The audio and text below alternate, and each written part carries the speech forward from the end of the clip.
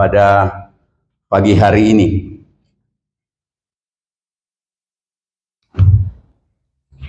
Ya, kita ada di suasana Natal.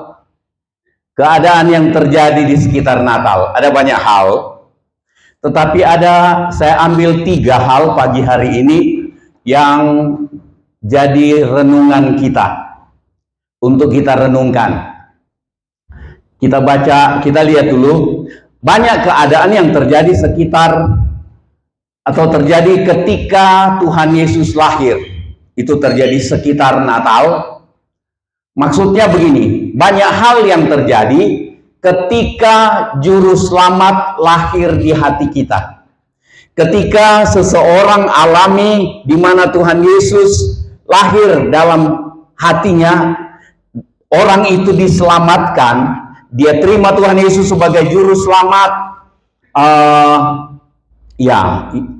Itu bukan berarti itu orang beragama Kristen itu sudah ada keselamatan di dalam hidupnya, tidak dijamin. Tetapi seseorang ketika dia alami keselamatan, dia terima Tuhan Yesus sebagai juru selamatnya, maka ada hal-hal yang beda, ada hal-hal yang kita tidak sangka terjadi atas hidup seseorang. Kita kaget, berubah dia ya, lain ya.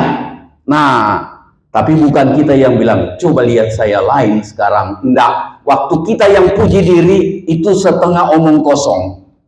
Jadi enggak usah puji-puji, lihat saya sudah berubah. Itu belum berubah. Kalau kita puji-puji, kita sudah berubah, sudah rendah hati, sudah murah hati. Itu kita sebenarnya enggak betul itu. Bukan kalau orang yang bilang, iya ya, berubah ya, itu sungguhan. Tapi bukan orang yang bilang kamu sudah berubah ya, itu belum tentu betul. Nah, saya mulai menyimpang. Yang pertama, ada keselamatan. Ketika Tuhan Yesus lahir ke dalam dunia ini, ketika Natal, ada berita keselamatan. Ada berita sukacita. Ada berita damai sejahtera. Kita baca ayatnya. Lukas 2 ayat 10. Baca sama-sama. Lalu kata malaikat itu kepada gembala-gembala, apa? Jangan takut, sebab sesungguhnya aku memberitakan kepadamu kesukaan besar untuk seluruh bangsa. Ayat 11. Hari ini telah lahir bagimu. Baca bagiku. Ulang. 1, 2, 3. Hari ini telah lahir bagiku juru selamat, yaitu Kristus Tuhan di kota Daud. Sampai di situ dulu. Kita lihat ada keselamatan. Berita dari sorga datang ke dunia ketika Tuhan Yesus lahir. Beritanya begini. Hari ini telah lahir bagimu juru selamat. Tapi malaikat bilang begini, aku beritakan kepadamu kesukaan besar. Jadi rupanya orang yang alami keselamatan, ketika keselamatan datang ke dalam dunia, ketika keselamatan terjadi atas hidup saudara dan saya, hal pertama yang jelas adalah sukacita. Amin. Kalau sepanjang dia ke ibadah apa-apa, kenapa lihat-lihat? Kenapa kritik-kritik? Nggak bisa disenggol sedikit. Bahasa Yunaninya itu nggak kenean. Bahasa Ibrani itu nggak kenean. Kalau orang nggak kenean, belum ada keselamatan dalam hidupnya. Nggak ada sukacita. Apa lihat-lihat? Apa ngomong-ngomong? Semua serba kereng, nggak kenean. Orang yang nggak kenean, nggak ada sukacita. Yang pasti dia belum ada keselamatan. dia sedang tidak selamat. Pernah selamat, kalau sudah mulai tidak kenaan lagi, sudah tidak selamat lagi. Bukan paten itu selamat. Selamat kita harus pertahankan. Amin. Nah, melalui Natal ini kita kembali diajar untuk pertahankan keselamatan. Pertahankan keselamatan, sukacitanya muncul. Bukan pura-pura sukacita supaya orang kira kita selamat. Dan kita harap Tuhan kira kita selamat. Itu bodoh banget. Dan termasuk pendeta, jadi bodoh begitu.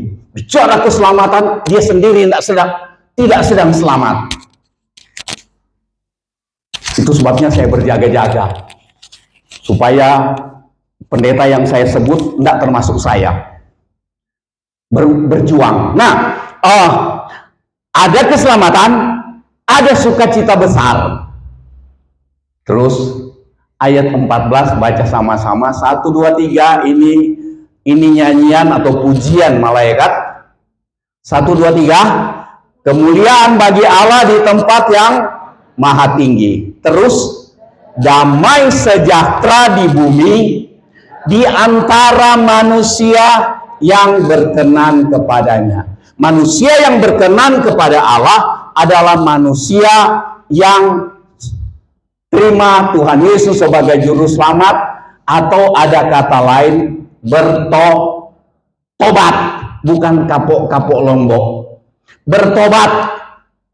Tobat itu satu kesadaran, saya ini tukang bikin salah, tapi saya mau berhenti dan berubah mengarah kepada yang Tuhan mau.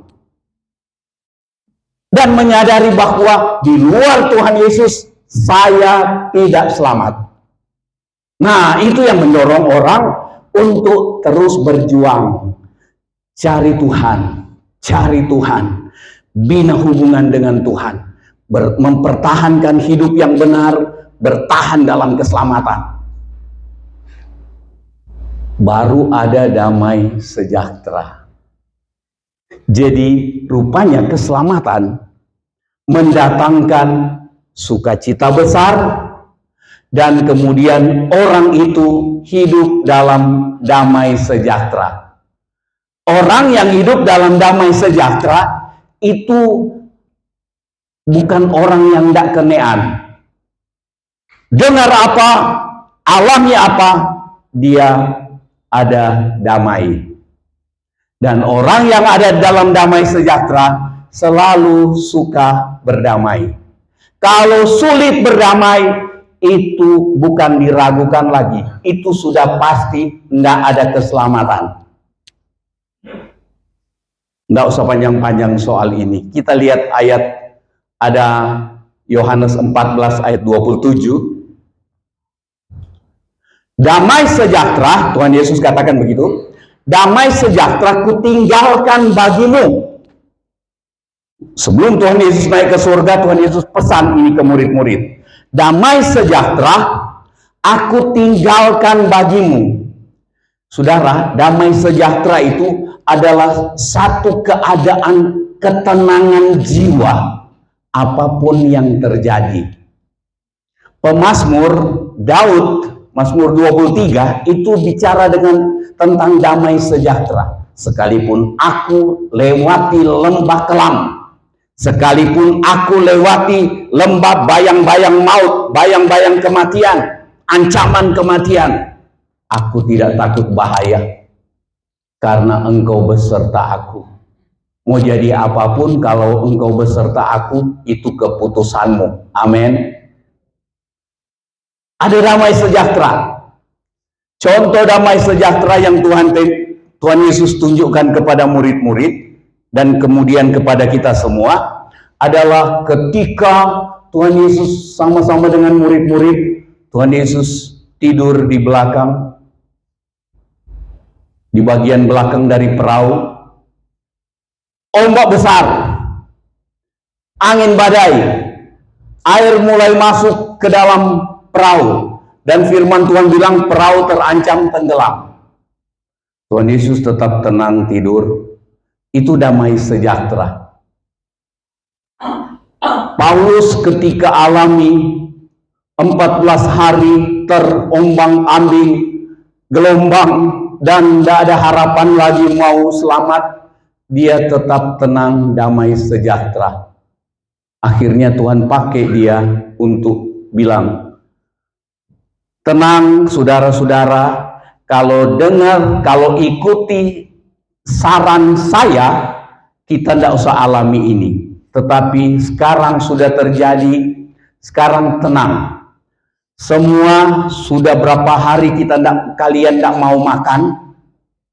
Orang kalau tidak mau makan, mabuk karena gelombang. Yang kedua, sudah putus asa. Paulus bilang, tadi malam malaikat Allah yang aku sembah datang berdiri di sisiku. Dan dia bilang, tidak usah takut Paulus, engkau dan seluruh orang yang ada di kapal ini selamat karena engkau. Luar biasa. Orang yang ada dalam damai sejahtera banyak kali mendatangkan ketenangan bagi orang lain. Saya beberapa kali saksikan ke saudara, satu waktu saya mau terbang dari Batam ke Surabaya. Tiba-tiba datang dua ibu, baru turun dari Medan ke transit di Batam. Mereka mau ke Surabaya. Terus ibu itu sudah bilang, enggak, aku enggak mau terus. Rupanya anaknya sudah tunggu di bandara di Surabaya. Ibunya bilang, saya enggak mau terus. Saya pikir-pikir, kenapa ya? Apa ibu ini dipaksa? Terus saya tanya, Bu, kenapa? Memang ibu dipaksa mau ke Surabaya? Bukan.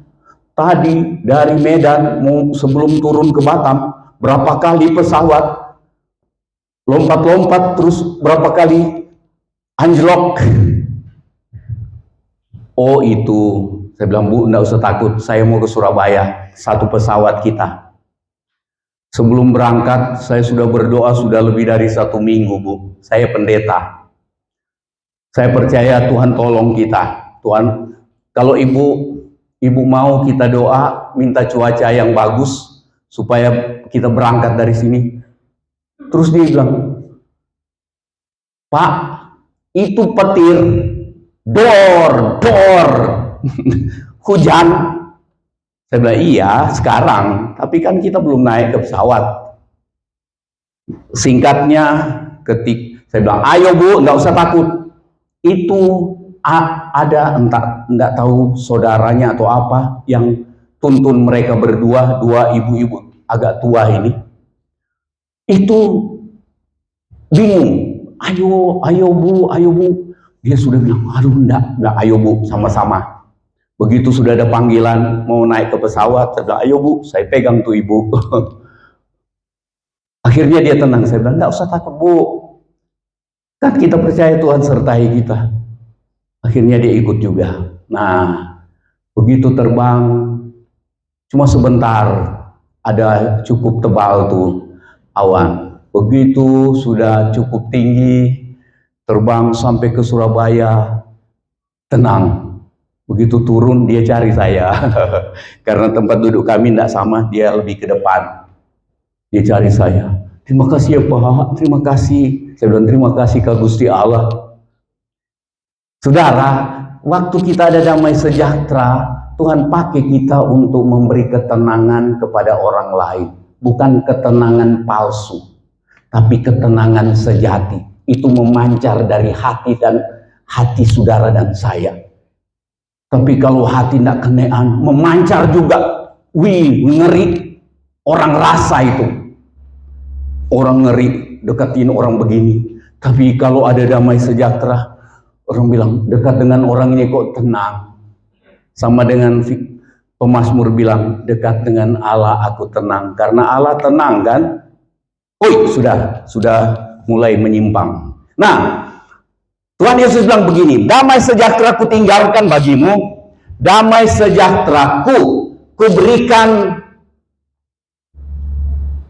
kepadamu. Dan apa yang kuberikan tidak seperti yang diberikan oleh dunia kepadamu. Janganlah gelisah dan gentar hatimu. Damai sejahtera itu bikin saudara dan saya tidak gelisah, tidak gampang gentar, tidak gampang gelisah. Amin. Nah, Filipi 4 ayat 7 baca sama-sama. 1, 2, 3. Damai sejahtera Allah yang melampaui segala akal, yang tidak masuk akal, akan memelihara hati atau mengawal. Katanya terjemahan lain, dia damai sejahtera Allah itu mengawal, memelihara hati dan pikiran kita yang seringkali kacau balau. Memelihara hati dan pikiranmu dalam Kristus Yesus, dalam keselamatan, karena ada Yesus yang hadir, yang lahir dalam hati kita. Itu mendatangkan damai sejahtera. Itu maksudnya damai sejahtera Allah yang melampaui akal, memelihara atau mengawal hati dan pikiran kita dalam Kristus Yesus. Nah, itu. Yang kedua, yang terjadi di sekitar Natal, ada kerinduan menyembah dan rela mempersembahkan. Saudara ingat pasti ini orang Majus. Saya tidak sedang bicara saudara mempersembahkan karena ini mau Natal.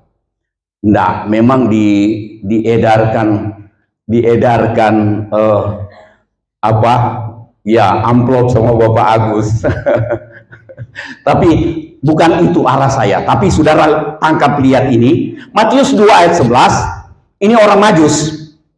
Maka masuklah mereka ke dalam rumah itu dan melihat anak itu bersama Maria, ibunya, lalu sujud menyembah dia. Ini orang Majus.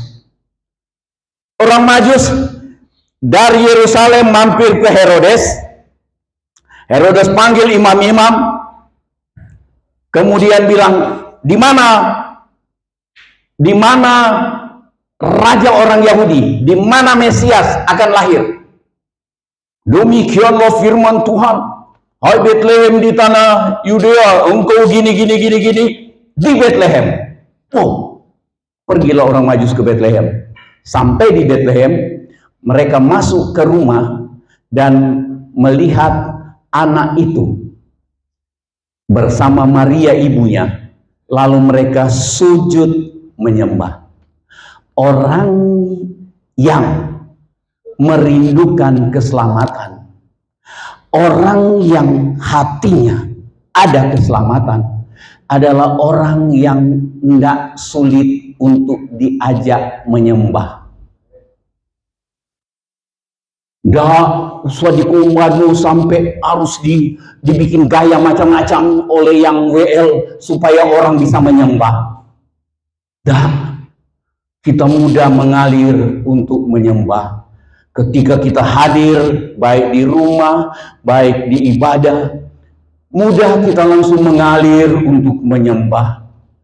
Orang yang menyembah secara benar kepada Tuhan, kepada Allah, adalah orang yang rendah hati. Cuma orang rendah hati yang bisa menyembah secara benar. Dan penyembahannya itu adalah penyembahan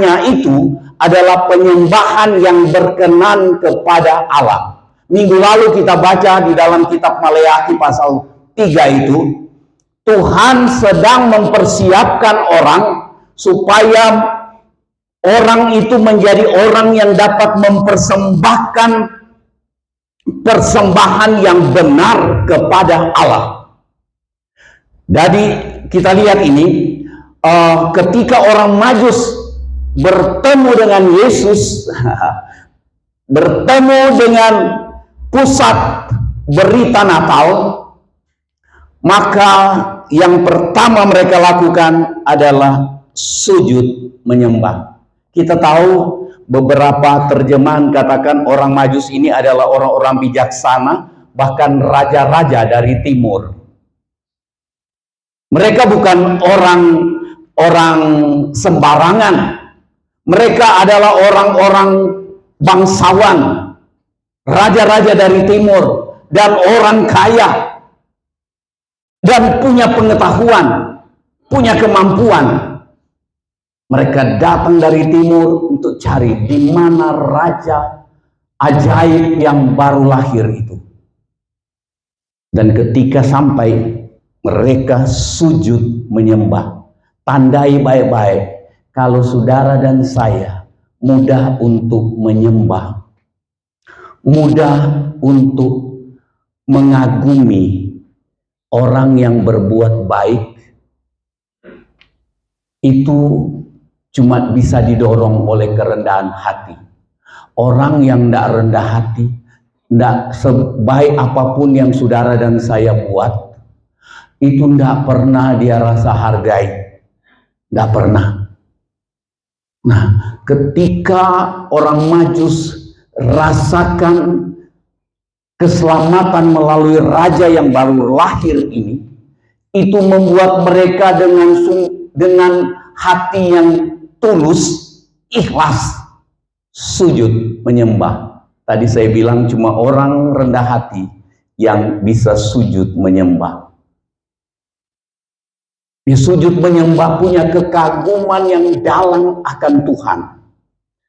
Kalau saudara dan saya punya kekaguman yang dalam akan keselamatan yang kita terima di dalam Tuhan Yesus, yang memimpin hidup kita di dunia, memberkati hidup kita di dunia, dan kemudian menuntun kita untuk bertahan dalam keselamatan sampai ketika hidup kita berakhir di dunia ini, kita berujung di kekekalan bersama dengan Tuhan di sorga. Begitu kita kagumi hal ini, kita terima kasih dengan hal keselamatan ini, maka itu mendorong kita mudah untuk menyembah secara benar. Bukan terpaksa supaya kelihatan menyembah, oh haleluya, haleluya. Tidak. Ketulusan muncul. Nah, mereka sujud menyembah, dan kita lihat nih, mereka pun membuka tempat harta bendanya. Katanya ada satu pengkhotbah saya dengar, dia bilang, orang yang alami pertobatan dan alami sukacita keselamatan, kantongnya terbuka. Ini tempat harta. Kalau kantong saya terbuka juga nggak ada isinya. Mungkin maksudnya dia, ya, ini tempat membuka tempat harta bendanya. Dia buka, terbuka. Ada satu nyanyian tua katakan begini, jiwaku terbuka untukmu Tuhan, selidiki nyatakan segala perkara, singkapkan semua yang terselubung, supaya ku layak di hadapanmu Tuhan. Terbuka, dia membuka tempat harta bendanya dan mempersembahkan persembahan. Pasti ini cara mempersembahkan. Dia sudah menyembah, berarti dia sudah bawa tubuhnya, hidupnya dipersembahkan kepada Tuhan. Maka yang mengikuti adalah dia, hartanya dia rela untuk persembahkan kepada Tuhan. Itu sebabnya orang yang sungguh-sungguh alami keselamatan, alami Natal dalam hidupnya, adalah orang yang gampang memberi diri untuk terlibat dalam pelayanan. Saya senang kalau dengar 4 anak itu, 4 anak kami itu, dulu 2, sekarang jadi 4, itu terlibat dalam pelayanan dan bukan terpaksa. Senang saudara dorong anak cucu saudara terlibat dalam pelayanan dimanapun mereka ada. Nah, kemudian mereka orang Majus ini dengan sukarela dan sukacita mempersembahkan persembahan mereka. Nah saudara, orang yang mempersembahkan persembahan dengan rela hati dan sukacita adalah orang yang bukan begini. Bu Maria, ini ya emas banyak loh. Nanti hati-hati lo gunakan. Jangan beli baju yang bagus ya. Jangan beli sepatu yang bagus ya. Ini saya persembahkan buat bayi ini loh. Kamu jangan ikut pakai. Apalagi engkau Yusuf, Bapak Yusuf. Jangan ya. Ini buat ini loh. Nggak ngatur. Kadang-kadang kita dengar pertengkaran di gereja. Di tempat lain jauh dari sini. Jauh dari sana. Dari sini. Kita dengar orang bertengkar karena kasih persembahan. Saya mau supaya ini nanti begini dan begini dan begini dan begini dan begini begini. Ya, kembalikan saja kepada Tuhan lah itu persembahan. Saudara, orang Majus dia taruh. Karena orang yang mempersembahkan dengan sukarela itu hendak mikir macam-macam. Orang Majus begitu dia kasih persembahan, mungkin sambil tetap sujud menyembah. Luar biasa yang terjadi. Begitu tiba-tiba ada berita ke orang Majus, pulang melalui jalan lain. Jangan ikuti yang Herodes minta. Karena Herodes minta begini, kalau kamu sudah ketemu anak itu, tolong balik ke Yerusalem, beritahu aku. Orang Majus dapat peringatan dari Tuhan. Jangan kembali ke Yerusalem, ke Herodes. Cari jalan lain. Tuhan tunjukkan jalan lain. Ada jalan yang kita sangka baik untuk balik, tetapi seringkali dalam ketulusan kita untuk menyembah Tuhan dan mempersembahkan hidup kepada Tuhan, Tuhan tuntun kita ke jalan lain. Saudara ingin dapat jalan lain seperti orang Majus? Jalan lain. Tuhan tuntun jalan lain. Orang Majus pulang dengan aman. Pastikan kita mempersembahkan hidup kita kepada Tuhan, diikuti dengan persembahan apapun yang kita sampaikan kepada Tuhan, kita sampaikan dengan rela. Amin. Rela hati, tulus hati. Karena itu yang berkenan kepada Tuhan. Kita baca ini. Roma 12 ayat 1, kita tahu ayat ini seringkali dibaca, tapi baca sama-sama pagi ini. 1, 2, 3. Karena itu saudara-saudara, demi kemurahan Allah, aku menasihatkan kamu supaya kamu apa? Mempersembahkan tubuhmu sebagai persembahan yang hidup, bukan yang kaku, yang masa bodoh. Tetapi persembahan hidup ini persembahan yang aktif bergerak. Aktif bergerak, saya suka bilang aktif bergerak itu yang ada depan saya ini. Dia aktif bergerak, habis ini dia tutup ini, ting ting ting ting, bergerak begitu. Bukan, Bapak terima kasih, amin, pulang. Belum doa berkat pun sudah pulang. Saudara, itu persembahan yang mati. Kita mau jadi persembahan, mempersembahkan tubuh hidup. Kalau kita datang ke gereja ibadah, mempersembahkan tubuh, tapi waktu firman kita tidur atau kita masa bodoh, itu persembahan yang mati. Nggak ada gunanya. Nggak heran kalau orang lain ditolong, kita tidak. Nah, itu nyanyian yang salah. Nah, persembahkan tubuhmu sebagai persembahan yang hidup, tapi yang kudus, yang benar, hidupnya benar. Semangat juga di dalam pelayanan, tapi hidup tidak benar. Semangat bersaksi, hidup tidak benar. Tidak jadi kesaksian, tidak kudus, itu kudis.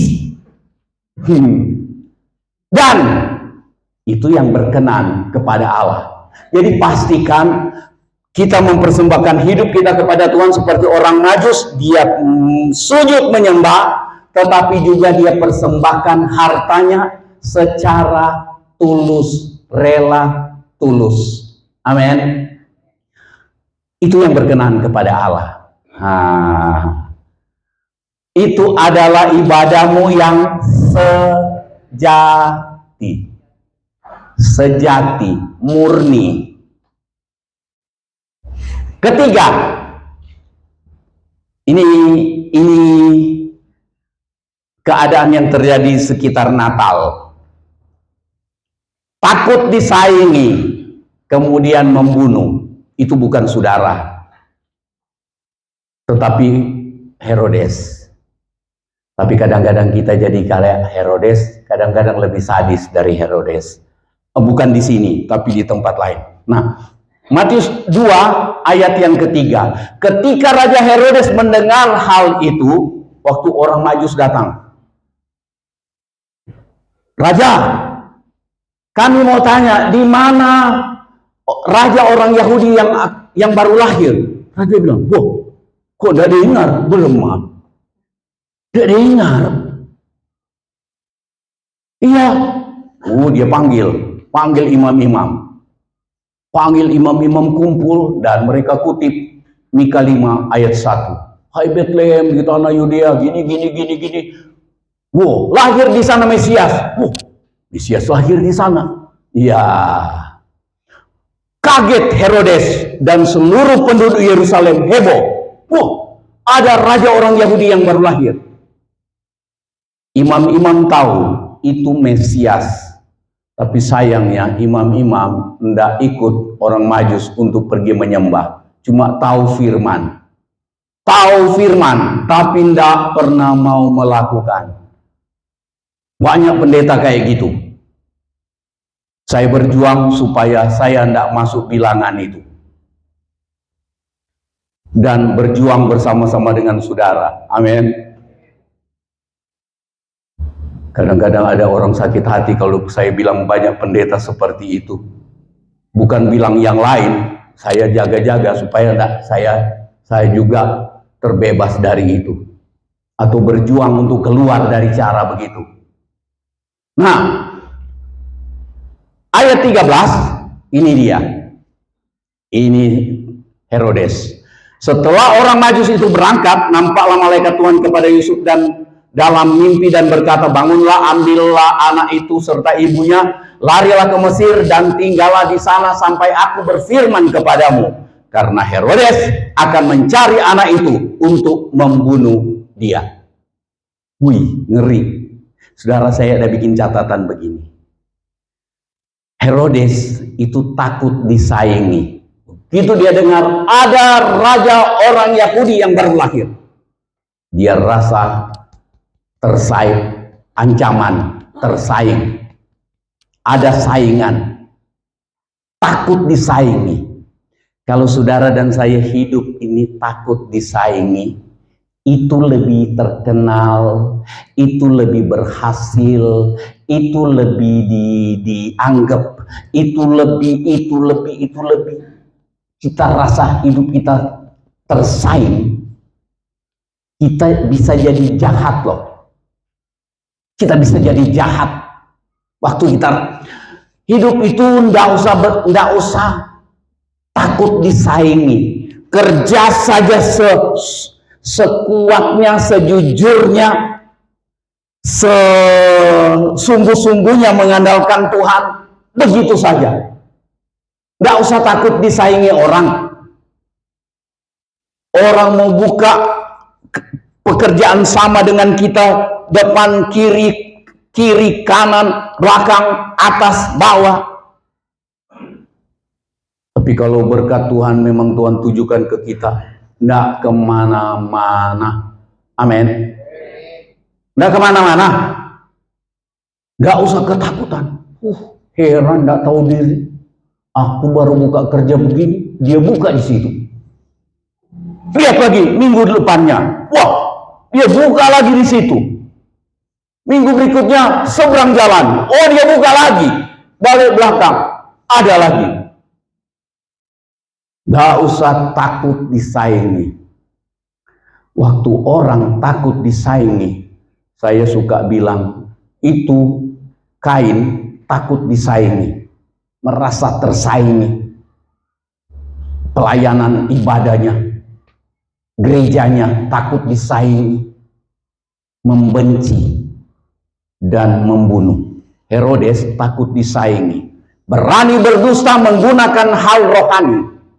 Saudara, apa yang Herodes bilang ke orang Majus di depan imam-imam yang memberitahu bahwa raja orang Yahudi atau Mesias akan lahir di Bethlehem? Herodes bilang ke orang Majus, pergi dulu ya. Kalau ketemu, tolong balik ke Yerusalem, beritahu aku. Aku juga akan datang menyembah. Pakai hal rohani untuk berdusta. Bicara dusta pakai alasan rohani. Dan banyak itu terjadi di gereja masa kini. Anggota gereja sampai pendeta pakai hal rohani untuk berdusta, untuk menipu. Mengerikan ini. Jadi penipuan dusta terjadi di gereja juga, apalagi di bangsa ini. Gak usah heran dustanya, apalagi di masa kampanye ini. Dusta seperti sayuran cukup murah dijual di pasar.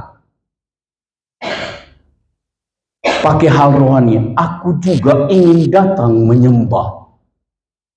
Padahal tujuannya, saya nanti ketemu, tak pateni, saya bunuh.